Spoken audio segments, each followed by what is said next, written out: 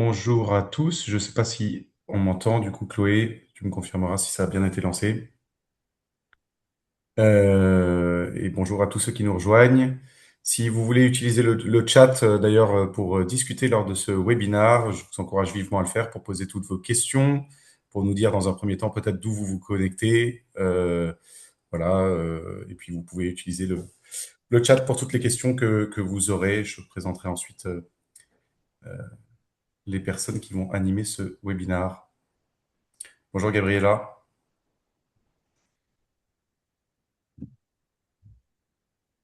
Je propose qu'on attende une petite minute encore pour ceux qui voudraient encore nous rejoindre et puis on commencera le webinaire.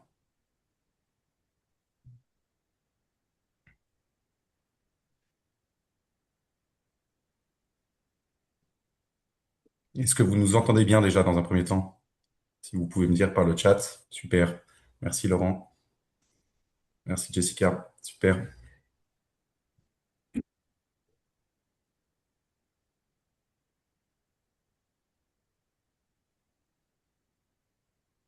Il y a du monde qui arrive, c'est très bien. Oui, Bonjour à tout à tous. fait.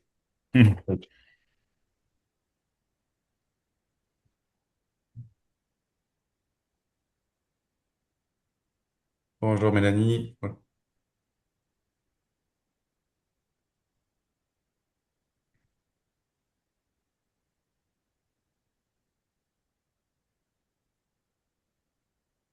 Alors on va peut-être commencer, il est 15h02, si ça vous convient. Et je propose que voilà, on démarre. Donc, je vais commencer par me présenter et je laisserai Guillaume et Pierre se présenter ensuite et prendre la parole sur le sujet qui nous intéressera pour aujourd'hui en ce qui concerne la digitalisation de la facturation. Alors moi, je suis Adrien Gérard, je suis responsable des grands comptes chez The Fork pour la France et la Belgique. Voilà, et je serai ravi de répondre à toutes vos questions en ce qui concerne The Fork et la connexion avec la partie digitale et facturation. Voilà, Guillaume, si tu veux te présenter. Bonjour à tous, Guillaume Vigneron. Je suis expert comptable associé au sein du cabinet Inextenso. Inextenso, c'est le cabinet leader de l'expertise comptable en France. 300 agences partout sur le territoire français, des antennes dans les pays francophones, 7300 collaborateurs, le numéro un dans les services proposés aux dirigeants de TPE-PME. Et ce qui m'intéresse plus particulièrement, moi, je suis en charge de co-animer la ligne service au restaurant chez Inextenso. Et c'est pourquoi nous sommes là pour vous présenter un peu les impacts de la facture électronique dans le secteur de la restauration. Et pour cela, je passe la parole à Pierre Conner-Hardy, qui est notre directeur digital en charge de ces sujets chez Inextenso. Bonjour à toutes et à tous. Oui, donc Pierre Conner-Hardy, directeur digital et principalement avec un gros sujet qui est justement le passage à l'obligation de facturation électronique qui nous attend maintenant très bientôt. En tant que directeur digital, je m'occupe de tous les outils web qui sont mis à la disposition de nos clients pour gérer la relation avec le cabinet, bien sûr, mais également pour tous les outils collaboratifs qui peuvent être utilisés dans le cadre de l'activité professionnelle de l'entreprise.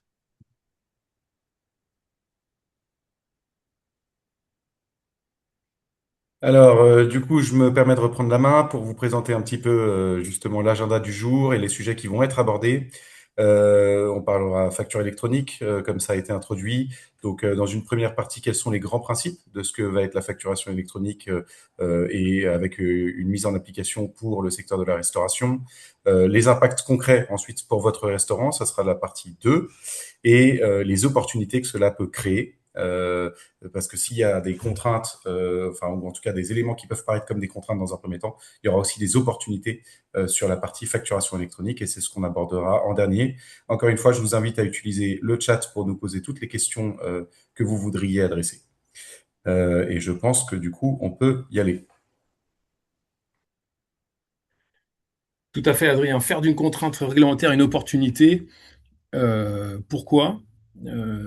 Tout simplement parce que la France a un peu de retard sur ce sujet. Donc, on ne fera pas machine arrière et ça commence au 1er septembre. On a la chance d'avoir une phase douce de lancement, mais par contre, il faut se préoccuper de ce sujet et le prendre à bras le corps pour, dès le 1er septembre, rentrer doucement dans cette transition et être vraiment prêt, comme Pierre l'expliquera, au 1er septembre 2027. Donc pourquoi? Tout simplement, c'est pour simplifier les échanges entre les entreprises, des flux plus fluides, moins d'erreurs, plus de simplicité. Moderniser des processus administratifs, donc des démarches automatisées, moins de papier, plus d'efficacité. Accélérer la circulation des données économiques, des données plus fiables, plus rapides pour mieux piloter l'économie. Et bien sûr, l'État ne fait pas tout ça que pour améliorer la gestion pour les entreprises, mais principalement cette réforme, c'est pour lutter contre la fraude à la TVA, plus de transparence pour une concurrence plus équitable. Et je dirais que pour la restauration, ça change pas grand-chose parce que depuis le 1er janvier 2018, vous étiez déjà un secteur soumis à l'application de la norme NF 525, c'est-à-dire que vous aviez des caisses déjà enregistreuses, des caisses qui étaient certifiées, et donc les anciennes pratiques, on va dire, avaient déjà été éradiquées. Et donc, il faut plus prendre ça comme une opportunité de se projeter dans une gestion beaucoup plus fluide que comme une contrainte imposée par l'État. Voilà, Pierre va nous présenter la facture électronique et bien nous préciser qu'on n'est pas sur une simple évolution d'un fichier PDF, mais que cela va bien au-delà. Nous sommes bien d'accord. Alors, revenons sur les fondamentaux de l'obligation de facturation électronique, puisque ce chemin est dessiné maintenant depuis un certain nombre d'années, et reprenons les différents éléments du scénario. Voilà, première chose très importante, pour que ce soit bien clair, évidemment, une facture PDF n'est pas une facture électronique. J'espère que vous avez déjà eu l'occasion de l'entendre de nombreuses fois.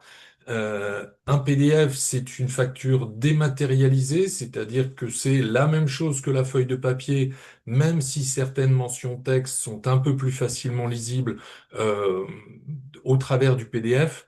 Une facture électronique, c'est bien ce que vous avez à droite sur l'écran dans le rectangle bleu, à dominante bleue, c'est que derrière le PDF qui se retrouve, puisque certains formats de facture électroniques contiennent le PDF, derrière le PDF se cache le charabia, j'aime à utiliser ce terme, le charabia qui est tout à droite, donc le fichier structuré qui contient toutes les données de la facture, mais sous une forme très informatique.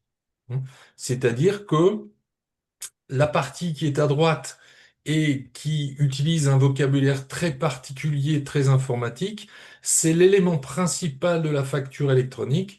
Le PDF qui est à sa gauche devient l'accessoire destiné à notre humain, à nous permettre de manipuler ces factures électroniques un petit peu comme on manipule des PDF aujourd'hui, sauf que, bien évidemment, tout système informatique qui va recevoir une facture électronique comme celle-ci, va se désintéresser tout de suite du PDF pour s'intéresser au fichier structuré qui sera rangé derrière ce PDF et qui, lui, va avoir un contenu plus riche encore que le PDF que notre œil peut lire et qui va permettre un traitement extrêmement automatisé de toutes les données de la facture. Hein.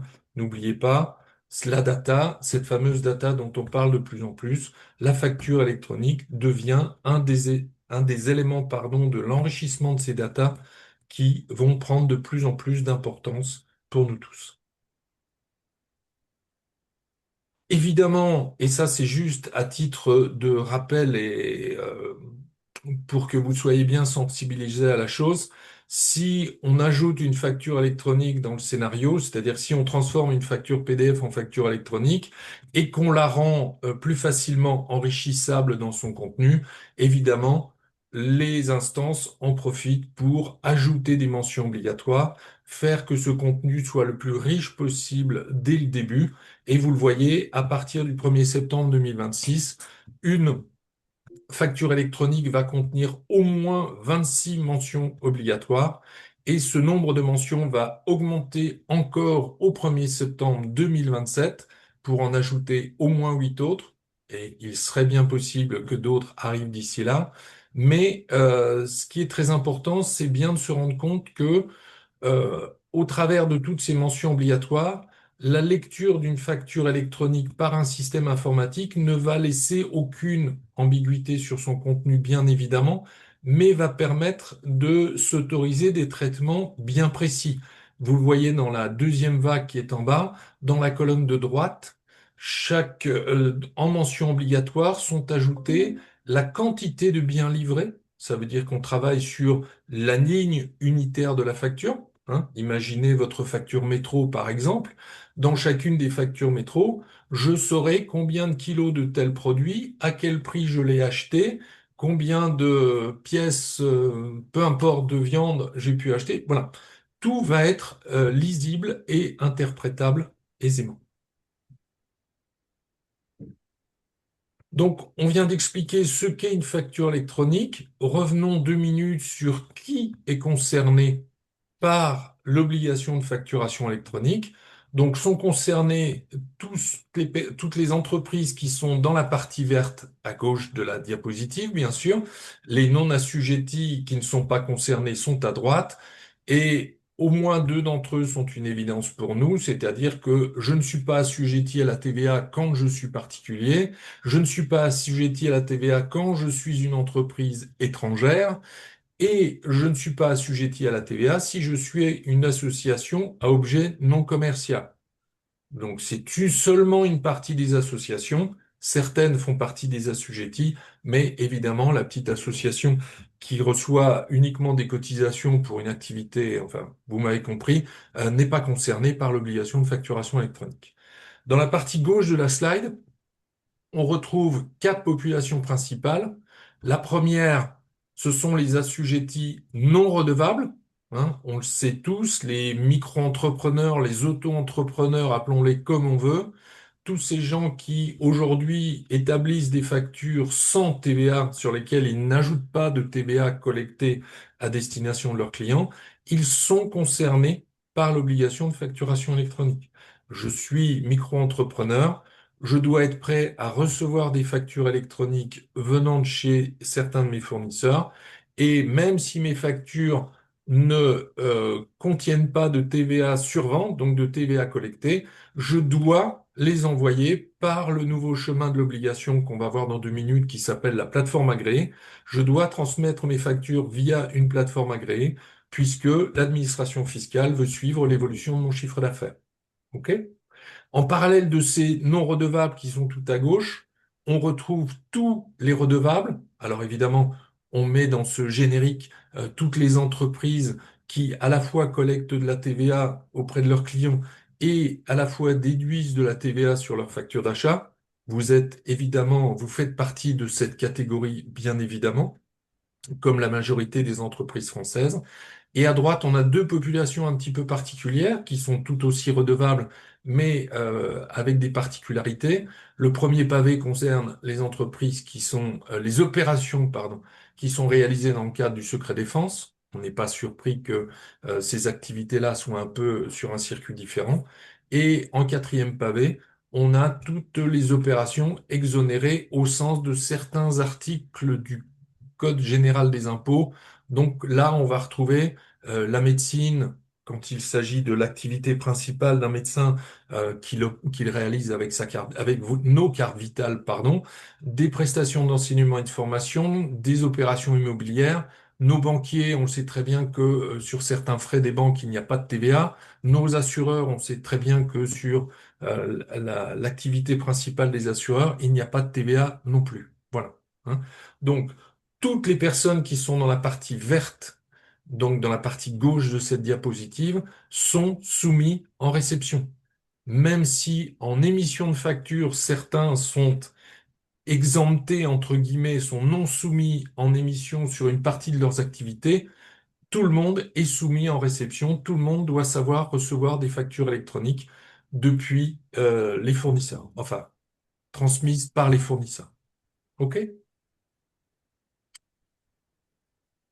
Le calendrier, une dernière fois, j'espère que vous l'avez en tête, mais à tout hasard, deux dates importantes, 1er septembre 26, dont on a déjà parlé, 1er septembre 27, l'autre entrée pour ce qui concerne l'émission des factures.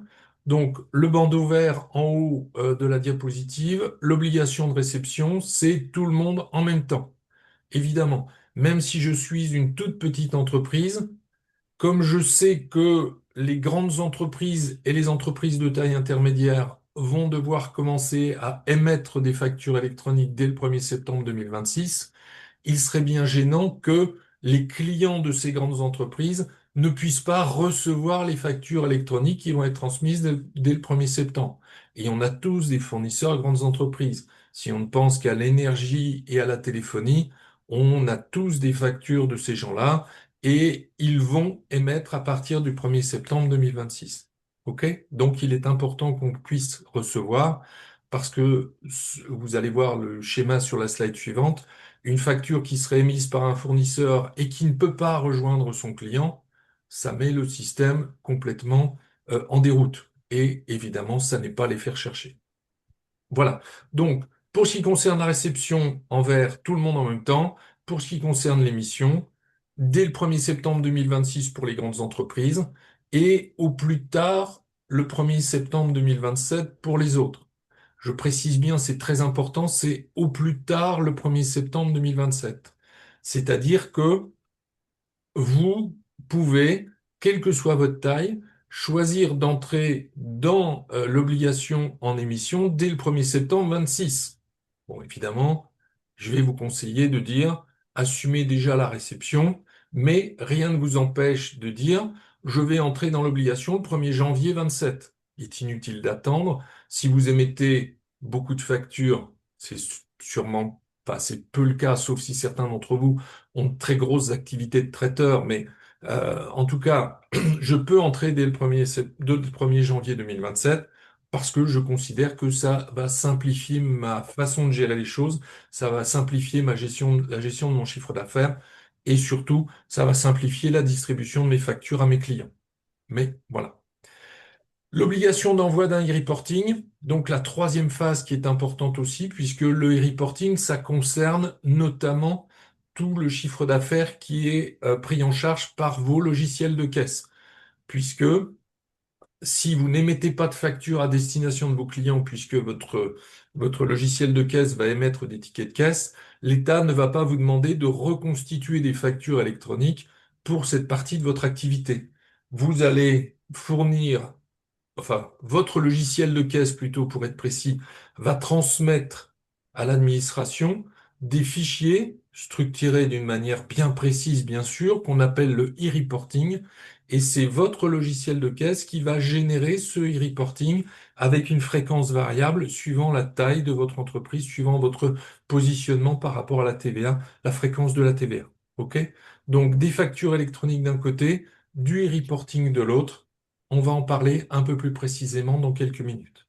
Dans la partie basse de la diapo, vous aviez juste le rappel des tailles d'entreprise, juste pour vous, que ce soit clair, qu'il soit clair dans votre esprit qui est qui, qu'est-ce que c'est qu'une ETI. C'était juste à titre de légende et d'information. Alors, on sait ce qu'est une facture électronique, on sait qui est concerné, on connaît le calendrier. Maintenant, regardons un petit peu plus précisément comment ça va se passer, hein. Vous voyez sur le schéma qui est sur la partie droite, le fournisseur est à gauche, le client est à droite, rien de très original là-dedans. Sauf que, entre le fournisseur et l'acheteur, quand ce sont deux entreprises françaises principalement, eh bien, il y a deux acteurs supplémentaires qui se positionnent, c'est-à-dire que lorsque j'émets une facture de vente à destination de mon client, je n'ai plus le droit de lui transmettre directement l'envoi sous enveloppe timbrée, l'envoi en pièce jointe d'un mail, ça ne sera plus la règle dès que vous serez entré dans l'obligation de facturation électronique. Vous devrez absolument transmettre vos factures devenues électroniques grâce au travail fait sur votre logiciel de facturation. Vos factures électroniques, vous devrez les confier à une plateforme agréée, le rond bleu avec l'ellipse à l'intérieur. Et donc, cette plateforme agréée, c'est un nouvel acteur privé qui est sous contrat avec l'État, qui doit respecter un certain nombre de contraintes techniques, bien évidemment, hein, c'est un métier compliqué, ça va être un métier compliqué de plateforme agréée, puisque ça va nécessiter énormément de rigueur et de suivi. Donc, vous émettez une facture de vente, elle va partir vers la plateforme agréée que votre logiciel de facturation aura choisi, hein, et vous voyez que cette plateforme agréée, elle va avoir deux métiers. Partir la flèche qui part vers la droite vers votre client, puisque c'est elle qui va distribuer la facture à votre client, mais en même temps, la flèche qui part vers le bas, c'est-à-dire que une PA d'émission, puisque c'est celle de gauche qui va émettre les factures, une PA d'émission, elle a accepté deux jobs. Un, distribuer la facture vers vos clients. L'autre, envoyer la facture sur le concentrateur de données de l'État de manière à ce que l'administration fiscale ait connaissance en temps réel du contenu de chacune des factures émises en France, qu'elle soit émise à destination d'une entreprise française, à destination d'un particulier, à destination d'une entreprise étrangère. 100% de votre chiffre d'affaires doit passer par une plateforme agréée à partir du moment où vous aurez choisi d'entrer dans l'obligation et au plus tard le 1er septembre 27. OK? C'est très important.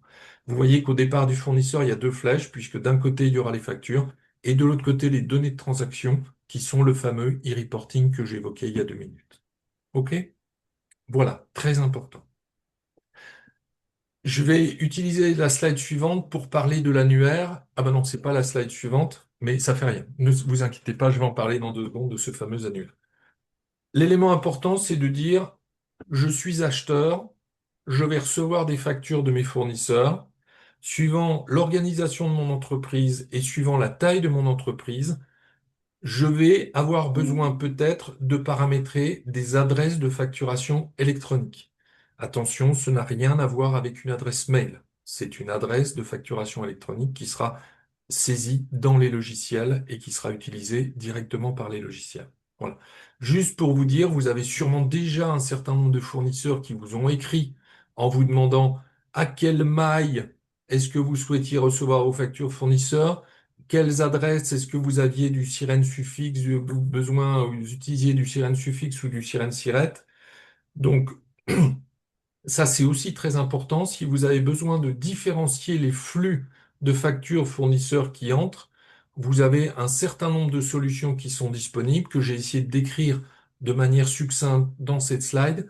Mais sachez-le, si vous voulez que vos factures fournisseurs, par exemple, imaginons que vous ayez plusieurs établissements de restauration qui sont au sein du même sirène, donc au sein de la même entité juridique, vous pouvez très bien utiliser la troisième option qui est sirène sirette pour dire à votre fournisseur, lorsque tu m'envoies une facture qui concerne l'établissement de Compiègne, par exemple, eh bien, il faudra utiliser l'option sirène sirette avec le sirette de Compiègne.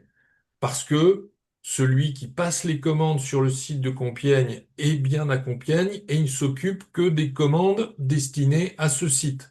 Donc je veux bien que les flux soient différenciés pour que tout le monde ne manipule pas les factures de tout le monde. Voilà. Adresse de facturation électronique, rien à voir avec des adresses mail, et c'est vous qui choisissez la manière dont les flux doivent être différenciés si vous le souhaitez qu'ils le soient. J'en ai déjà beaucoup dit aujourd'hui. On peut passer à la suivante, Adrien. Merci. Juste quelques mots sur les sanctions aussi, hein, ne l'oubliez pas. Pour l'État français, pour la France et pour l'État français, c'est un événement extrêmement important. Comme le disait Guillaume dans son introduction, on n'est pas le plus en avance, hein. L'Italie y est depuis 2019. Je pense qu'on le sait tous. D'autres pays y sont passés.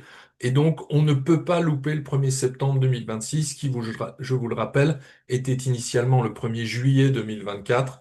Donc, les sanctions définitives qui sont à droite, hein, on a laissé au milieu ce qui était prévu, mais ce qui a été retenu, c'est à droite. Les sanctions qui sont à droite sont quand même des sanctions élevées. Alors, évidemment, ne vous inquiétez pas au-delà plus que ça, puisque ça ne sera pas appliqué dès le 1er septembre 2026, hein. L'administration fiscale est pas idiote, elle sait bien qu'au début ça va cafouiller, mais on va avoir, à mon avis, 3 4 mois pour vraiment se mettre en piste et il faut absolument s'y préparer parce que, à mon avis, dès 2027, ça va commencer à tomber et notamment la première en bas. Il faut absolument que vous vous rapprochiez de votre partenaire informatique ou mieux encore de votre expert comptable, vous seriez étonné que je vous dise autre chose, de votre cabinet d'expertise pour être sûr que vous êtes bien en capacité de recevoir les factures électroniques dès le 1er septembre en étant inscrit sur une plateforme agréée. Hein. C'est très simple, mais ça ne peut pas se faire sans vous. Ça va très vite à réaliser et il faut que ce soit fait avant le 1er septembre 2026 pour ne pas avoir de soucis. OK? Alors, les impacts concrets pour votre restaurant. Là, je vous remets les choses en perspective de manière un petit peu différente. Mettez-vous dans la position d'acheteur. Sur le schéma précédent, je suis resté volontairement dans la position du fournisseur. Là, je vous mets, vous êtes à droite avec la petite symbolique orange du module achat. Ça, c'est le nom du module que nous avons mis en place chez Inextinso sur le portail collaboratif pour que nos clients reçoivent leur facture d'achat. Donc, positionnez-vous en tant qu'acheteur et sur la partie gauche de la slide, vous voyez vos fournisseurs. Si votre fournisseur est une grande entreprise ou une ETI, donc tout en haut à gauche, elle va, dès septembre 26, produire des factures électroniques. On l'a déjà dit tout à l'heure. Donc, elle va envoyer des factures électroniques et uniquement des factures électroniques à sa plateforme d'émission.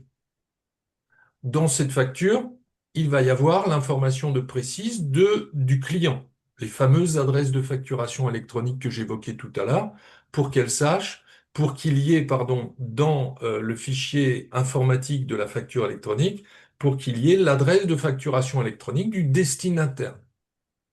Avec cette adresse, la PA d'émission, elle va aller consulter l'annuaire, qui est tout en haut de la slide.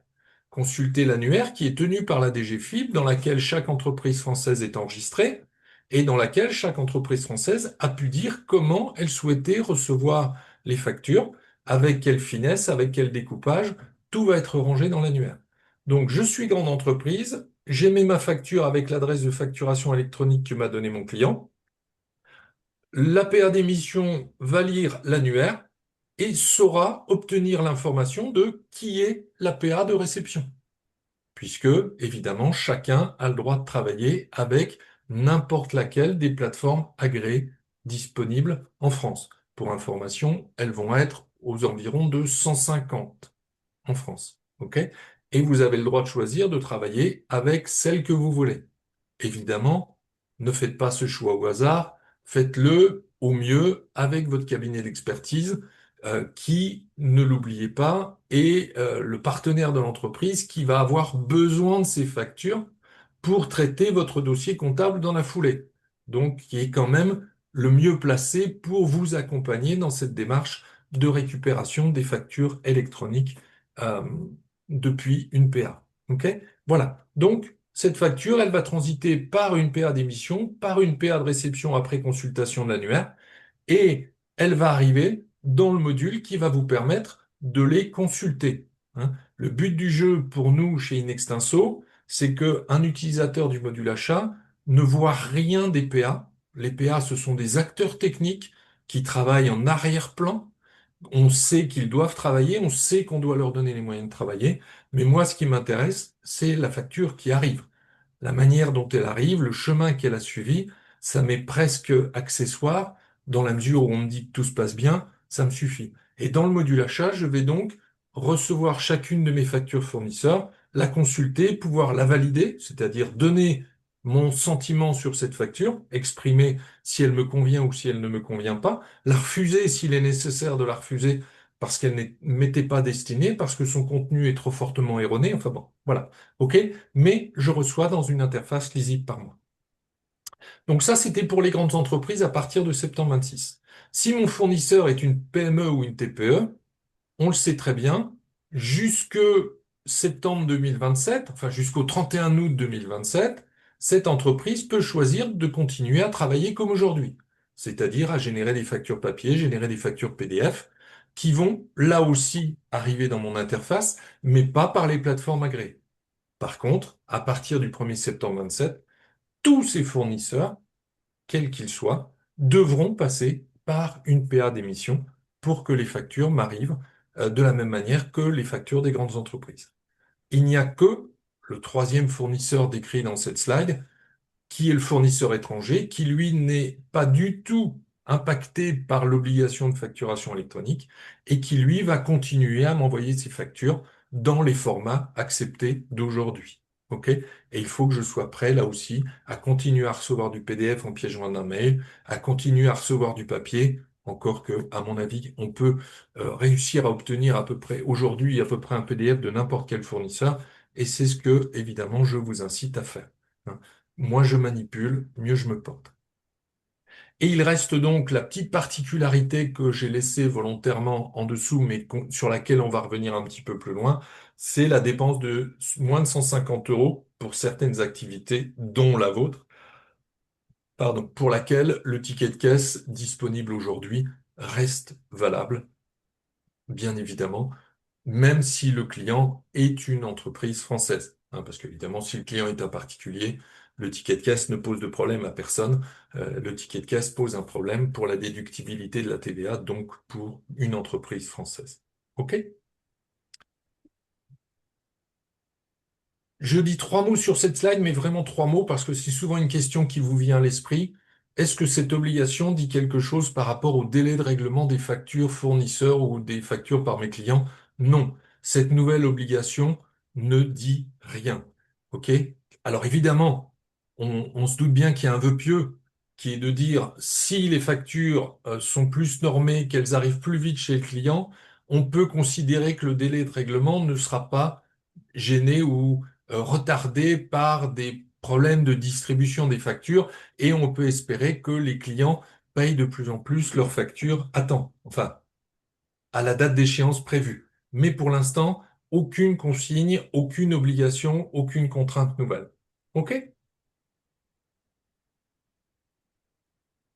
Vous êtes vendeur, vous utilisez une caisse enregistreuse, un logiciel de caisse, appelons-le comme on veut. Votre caisse doit évoluer obligatoirement avant le 1er septembre 2027. C'est une certitude et c'est extrêmement important. Il faut absolument que vous soyez enfin, exigeant sur ce point, puisque ça va influer sur votre confort pendant le service.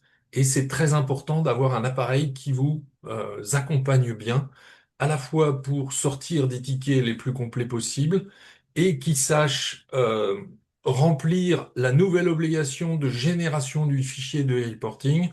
Donc, pour donner un exemple précis, si vous êtes à la TVA mensuelle aujourd'hui, si vous produisez des déclarations de TVA mensuelles, le e-reporting va devoir avoir lieu tous les 10 jours.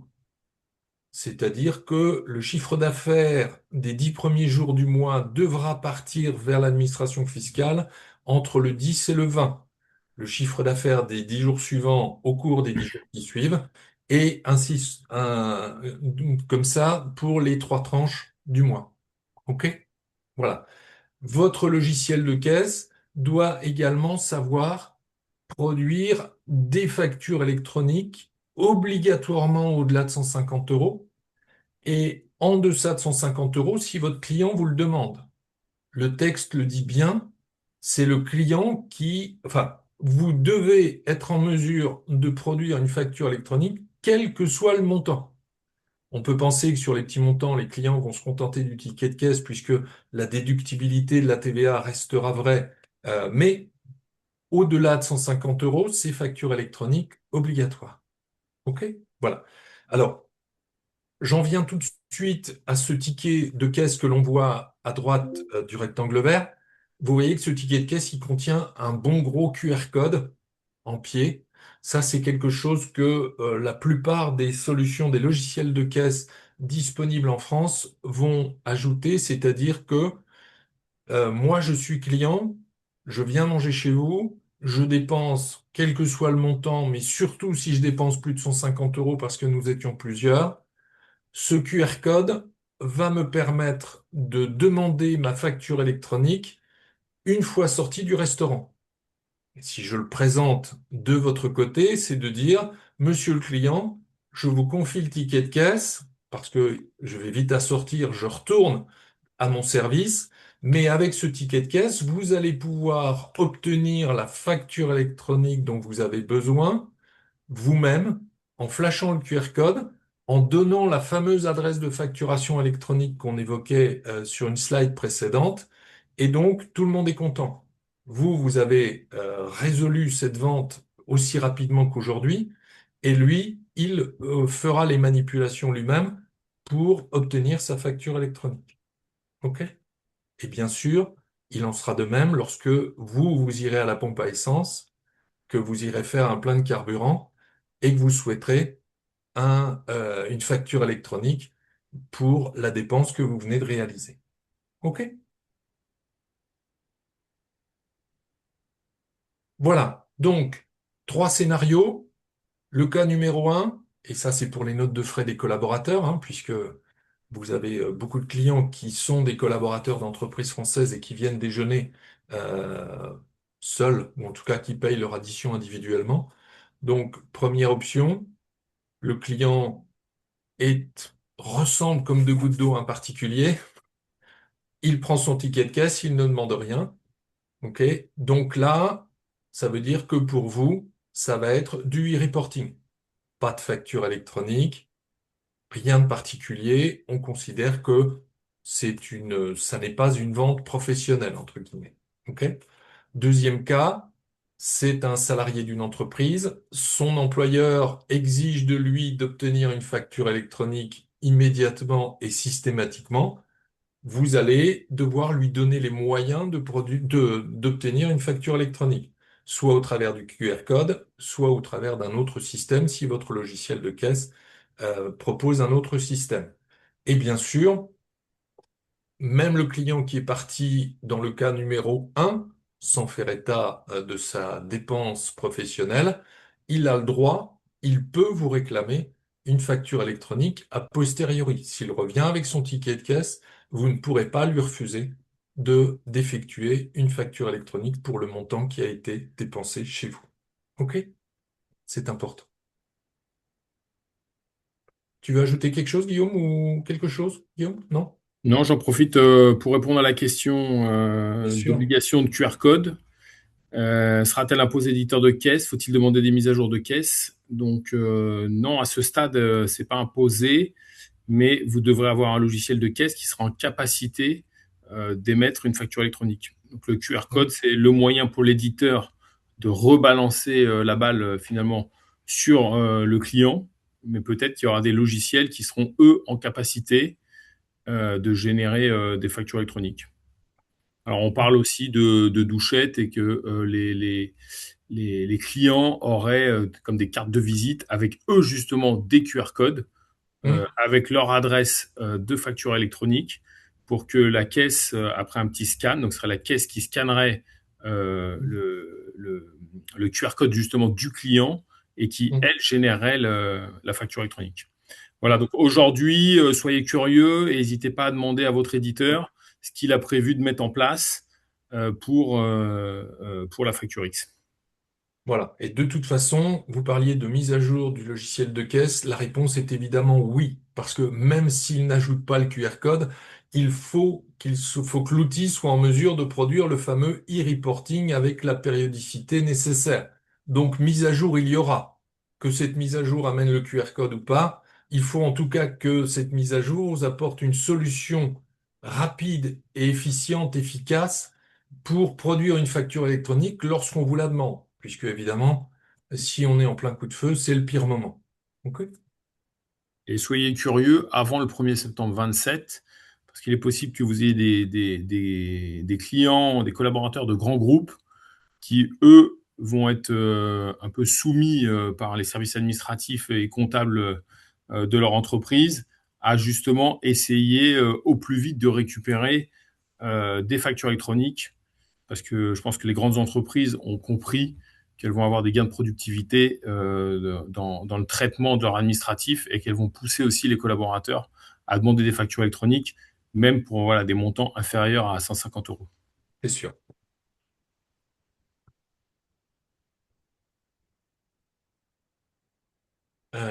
Voilà. Donc, si vous allez devoir émettre des factures électroniques, notamment pour ceux d'entre vous qui ont une activité de traiteur et qui utilisent un logiciel de facturation en parallèle de votre solution de caisse pour produire les factures liées à cette activité.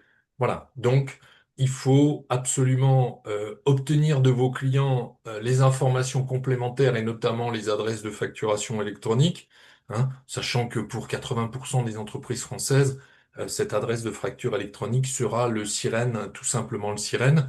Mais malgré tout, ça nécessite une attention. Choisissez votre PA d'émission.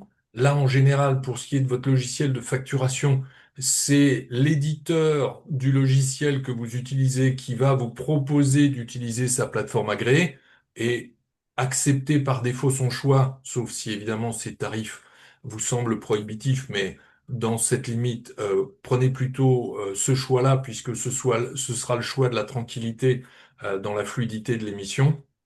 Émettez des factures conformes, ça vous n'allez pas avoir trop le choix puisque un logiciel qui ne contrôlerait pas le contenu de vos factures avant de les laisser partir serait bien particulier à mon goût. Et suivez vos flux, évidemment, vous allez avoir des moyens de suivre vos factures, les factures émises. Voilà, hein. Anticiper pour les actions clés, anticiper, collaborer avec votre expert comptable, je pense l'avoir déjà dit, mais je le répète avec plaisir puisque c'est très important. Vous allez gagner en efficacité, en sécurité, ça c'est sûr que ça va être une conséquence de l'option. J'essaye pas de vous convaincre aujourd'hui parce que c'est encore un peu tôt, mais vous le verrez. Une fois que toute cette mécanique sera bien installée et qu'on aura passé l'étape de la migration, on sera tous convaincus que c'était une bonne chose. Et tout le temps que vous allez économiser dans la gestion à la fois des factures entrantes et des factures sortantes, vous allez en disposer pour mieux piloter ou plus piloter votre activité. Voyez le qualificatif que vous préférez, mais c'est très important, cette étape de facture électronique est vraiment très importante pour chacun d'entre eux.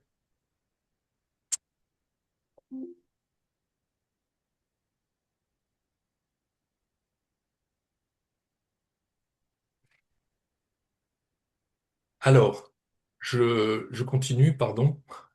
Voilà, donc c'était juste pour vous donner un exemple. Donc je l'évoquais tout à l'heure chez Inextenso, dans notre portail collaboratif, nous avons mis des applications des deux côtés. Si vous êtes acheteur, donc à droite, je l'évoquais déjà tout à l'heure avec le petit logo orange, nos clients vont travailler dans le module achat, c'est-à-dire que moi, client du cabinet Inextenso, je ne m'occupe pas de la mécanique qui est derrière, j'ai confié un mandat à mon cabinet et je sais que mes factures d'achat mes premières factures d'achat électroniques au 1er septembre 2026 vont tomber dans mon module achat et je ne vais avoir qu'une manipulation visuelle et donner un avis et payer mes fournisseurs puisque le module que nous avons conçu pour gérer la réception des factures fournisseurs va permettre donc, de les consulter, de les valider, de les payer et bien sûr de les conserver en visu pendant 10 ans puisque il est bien évident que si n'utilise plus de factures matérialisées, on détruit les classeurs à ressort qui nous ont servi si longtemps, hein, bien évidemment. Tout cela reste complètement sur écran. Et de l'autre côté, pour les besoins de facturation simple, nous avons également inséré un outil de facturation client qui va permettre donc de la même manière de produire des factures électroniques et de les transmettre automatiquement via notre plateforme agréée sur le système pour que, là encore, nos clients n'aient pas à gérer ce souci technique qu'est la plateforme agréée. Il faut savoir ce que c'est, il faut savoir comment ça marche, mais au quotidien, je ne veux surtout pas avoir à m'en occuper. Mon business n'est pas là.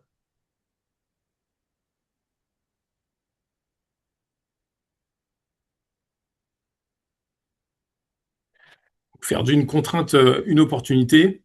Donc, vous l'avez bien compris, on passe dans un environnement maintenant complètement dématérialisé. Donc, c'en est fini de recevoir les factures par différents canaux. On reçoit maintenant automatiquement toutes les factures sur une application via notre PA. On intègre automatiquement les données. Et comme l'a dit Pierre, on a un archivage derrière sécurisé. Donc, on a un bénéfice vraiment en termes de temps qu'on va mettre à contribution pour gérer son restaurant ou ses clients.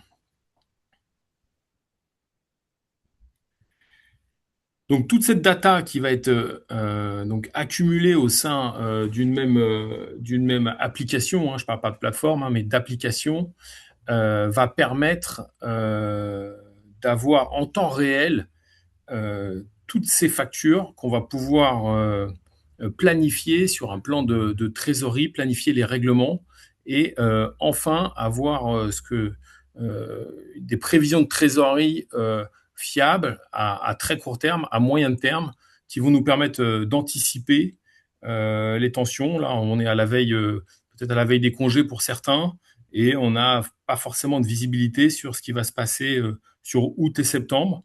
Peut-être que l'année prochaine, avec toutes les factures de mai, de juin et de juillet qui seront incorporées dans l'outil, ce sera beaucoup plus facile d'avoir une visibilité sur la trésorerie.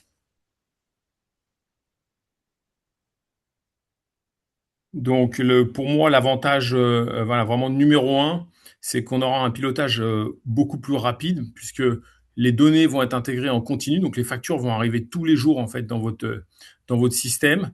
Et en fin de mois ou même en milieu de mois ou même à la semaine peut-être dans quelques années, parce que ça va quand même prendre 2-3 ans ce processus d'intégration, on sera en capacité, nous, experts comptables, de fournir des reportings quasiment en temps réel qui vous permettront de prendre les bonnes décisions au bon moment sans qu'on vous court après pour récupérer les factures manquantes, les factures que les fournisseurs vous ont pas transmis. Donc, on sera beaucoup plus clairvoyant, beaucoup plus proactif et dans le contexte vraiment tendu pour l'activité de la restauration, c'est vraiment quelque chose de très, très positif. Une meilleure maîtrise des achats, ça découle directement voilà, du reporting. Si on voit que notre marge brute, notre food cost, il est un petit peu déficient, défaillant, on va pouvoir analyser les coûts des matières premières. Il faut bien se dire que la facture électronique, c'est cumuler de la data, centraliser de la data, et après, on fait confiance à l'IA et aux éditeurs informatiques pour nous proposer des outils d'analyse de cette data qui vont nous permettre de benchmarker les meilleurs prix, les meilleures entreprises qui vous proposeront voilà, des services à prix plutôt moins cher que ce que vous avez. Aujourd'hui, pour vous, c'est quasiment impossible pour chaque produit, donc que ce soit la matière première, les produits d'entretien, la vaisselle, de savoir où est-ce que vous pouvez acheter au moins cher. Mais assez vite, il va y avoir la guerre des comparatifs au travers d'applications et ça va permettre voilà, vraiment d'améliorer ces marges. Donc tout ça, ça permet une organisation beaucoup plus fluide. Donc c'est fini les dimanches après-midi de rechercher les factures demandées par l'expert comptable. Toutes les factures voilà, vont être centralisées. Il y aura un accès partagé. Et en face de ça, voilà, on aura une meilleure communication entre tous les services, services administratifs, le chef d'entreprise, l'expert comptable. Et tout ça, ça nous permettra voilà, de fluidifier tout ce travail administratif qui est, je pense pour vous, pas votre travail préféré.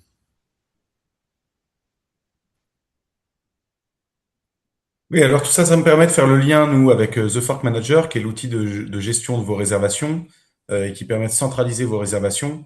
Donc, j'en donne quelques exemples rapidement parce que je vois que le temps a pas mal défilé. C'est un outil de centralisation de vos réservations sur lesquels vous pouvez, pareil, agréger de la donnée sur l'ensemble de vos réservations et l'ensemble de vos clients et que vous pouvez connecter avec vos outils de caisse, par exemple, qui vont devoir, comme on le disait, se mettre à jour de ces obligations légales. Et ça vous permet d'agréger de la donnée sur vos clients, sur leurs habitudes de consommation pour déclencher justement des opportunités de développement de votre chiffre d'affaires. C'est un outil qui vous permet aussi de vous alerter sur les potentiels no-show de vos clients parce que nous, on est capable d'étudier la donnée sur les clients et d'alerter sur leurs habitudes de consommation et de respect de leurs engagements vis-à-vis d'une réservation. C'est un outil qui vous permet de capter plus de réservations via la connectivité à 9 canaux de réservation principaux, voilà, dont la plupart sont vos canaux de réservation organiques. Je parle de vos réseaux sociaux, de Google, de votre site internet. Et nous, on est connecté aussi avec le guide Michelin, TripAdvisor, The Fork Network, qui est notre propre application, etc. Et c'est une application qui vous permet d'avoir un tableau de bord détaillé de toutes vos performances, justement sur toute cette partie-là. J'ai vu qu'il y avait aussi pas mal de questions dans le chat. Peut-être qu'on peut en prendre quelques-unes avant de clôturer, j'imagine, le webinar. J'en profite aussi pour vous recommuniquer justement les adresses auxquelles vous pourriez envoyer vos questions et on se fera un plaisir d'y répondre, soit sur support@thefork.com ou le numéro de téléphone que je vous laisse enregistrer. Et concernant Inextenso, donc stéphanie.di-fusco@inextenso.fr. L'une des principales questions aussi que j'ai vu revenir, était de savoir si le support pouvait vous être envoyé en PDF. Alors, sous couvert des réponses de Pierre et de Guillaume, je pense qu'il n'y a aucune information sensible sur ce contenu et qu'on peut le partager en PDF dès demain à l'ensemble des participants d'aujourd'hui, mais je vous laisse donner votre accord en ce qui concerne cela. Il n'y a aucune difficulté pour transmettre Non, le support. surtout que le replay va être fourni, donc replay ou support, ça, hein, on est sur la même matière, donc tout va très bien. Eh ben, c'est Euh, parfait. Allez-y. Il n'y a pas beaucoup de questions. Il y a finalement pas beaucoup de questions, Adrien, parce qu'il y a beaucoup de questions qui ont tourné sur le QR code. Euh, D'accord. il y en a une. J'ai répondu à une question qui évoquait la crainte, si on fait une facture électronique a posteriori, après avoir fait un ticket de caisse, sur la crainte que le chiffre d'affaires de l'opération soit doublé et donc la TVA collectée deux fois. Donc j'ai précisé par écrit que dans ce cas-là, la facture qui va être émise par le système contiendra bien une information différente pour indiquer à l'administration que la TVA collectée mentionnée sur cette facture ne doit pas être prise en compte parce que il y a déjà eu un ticket de caisse à J-1, J-2, peu importe, qui contiendra lui la TVA collectée. OK? Euh, On a deux questions après sur les outils. Non, aujourd'hui, in extenso, on ne préconise pas d'outils de gestion des food costs. Je pense qu'il y a beaucoup d'outils qui vont se développer dans l'année ou dans les années à venir. Donc, restez en veille. On pourra éventuellement, si on reste en contact, ensuite vous communiquer les outils qu'on trouve les plus performants qui sont couplés à la facture électronique. et je prends la dernière question. Je prends la dernière question qui concerne les achats en grande surface. Eh bien, la grande surface dans laquelle vous allez acheter, dans votre cas, votre pain ou même n'importe quel autre achat que vous iriez faire en grande surface, eh bien, les obligations liées au logiciel de caisse qui s'imposent à vous s'imposent aussi aux grandes surfaces et vous aurez la possibilité d'obtenir en direct ou en différé une facture électronique. Et cette facture électronique, évidemment, elle ne vous sera pas remise puisqu'elle n'aura jamais d'existence matérielle, mais elle va passer par une plateforme agréée d'émission pour rejoindre votre plateforme agréée de réception et rejoindre les autres factures qui vous arrivent par ce nouveau chemin. Ça va être un changement d'habitude, mais rien d'extraordinaire, rien d'exceptionnel. Hein, voilà. Alors, quel PA nous conseillez-vous? Alors, le premier conseil que je vous donne, c'est consulter d'abord vos partenaires actuels. Je vais consulter la personne qui m'a installé mon logiciel de caisse. Pour ce qui est des factures fournisseurs, je vais d'abord consulter mon cabinet d'expertise comptable, puisqu'il a besoin de ces factures fournisseurs pour travailler pour moi, autant que nous trouvions un accord sur un scénario qui rend le chemin fluide pour tout le monde en même temps. Voilà, hein, c'est vraiment le premier conseil. N'allez pas voir une plateforme agréée, allez voir les gens qui travaillent avec vous aujourd'hui et qui sont concernés par l'obligation tout autant que vous. OK? Voilà, préconisez plutôt le recours à votre expert comptable plutôt que les PA des banques, ce qui est sans gouffre sur ce marché. On ne sait pas ce qui va en être demain. Donc, s'il faut qu'on récupère, si votre expert comptable récupère la data qui est chez les banques, vous aurez peut-être pas le choc de simplification immédiatement. C'est ça. Et encore une dernière question qui parle de Chorus Pro, et c'est vrai que ce sujet n'a pas été évoqué. Si vous facturez des entités publiques, aujourd'hui, vous allez, je suppose, sur le site Chorus Pro pour déposer vos factures de vente à destination d'une de ces entités. Eh bien, demain, vous ferez comme vous voulez, mais comme la facture va être électronique, la plateforme agréée, vraisemblablement qui va être connectée, la plateforme d'émission qui va être connectée à votre logiciel de facturation, elle va savoir aussi envoyer ces factures vers Chorus Pro lorsqu'elle reconnaîtra un client qui est une entité publique. Donc, soit vous maintiendrez l'envoi par Chorus Pro parce que vous préférez le faire vous-même, je vois pas l'intérêt, mais ça sera possible, ou alors j'envoie ces factures-là sur ma plateforme agréée comme toutes les autres, et c'est ma plateforme agréée qui s'en occupe. OK?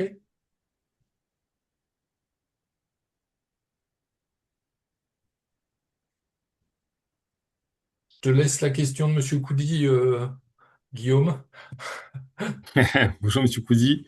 Il est dommage qu'Inexcelso ne conseille pas pour ses clients un logiciel complémentaire de gestion de prime cost.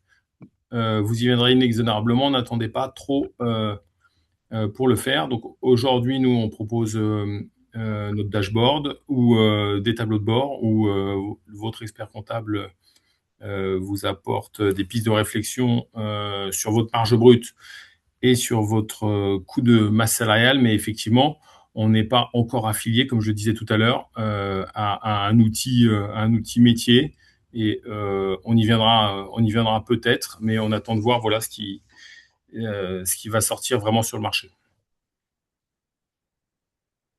Alors, une dernière question, enfin une avant-dernière question qui dit, nous avons donc obligation de nous équiper d'un logiciel de facturation si vous faites des factures en parallèle de votre logiciel de caisse, puisque si votre logiciel de caisse permet aussi de faire des factures à la place des tickets de caisse, c'est très bien. Si vous avez une grosse activité de traiteur et que vous faites des factures en parallèle, il est peut-être utile d'avoir un logiciel de facturation, mais ça, c'est pas à nous de. Enfin, voilà, j'ai pas d'avis supplémentaire à vous donner. Et la toute dernière question, comment se nomme la PA d'Inextinso? La PA d'Inextinso s'appelle PA Full, FU3L. Hein, c'est comme l'adjectif anglais, mais avec un L de trop, volontaire bien sûr, et elle a le numéro 95, si vous voulez une information précise. Voilà. Merci beaucoup, du coup, à tous pour votre présence lors de ce webinar. Les adresses mail qu'on a fournies,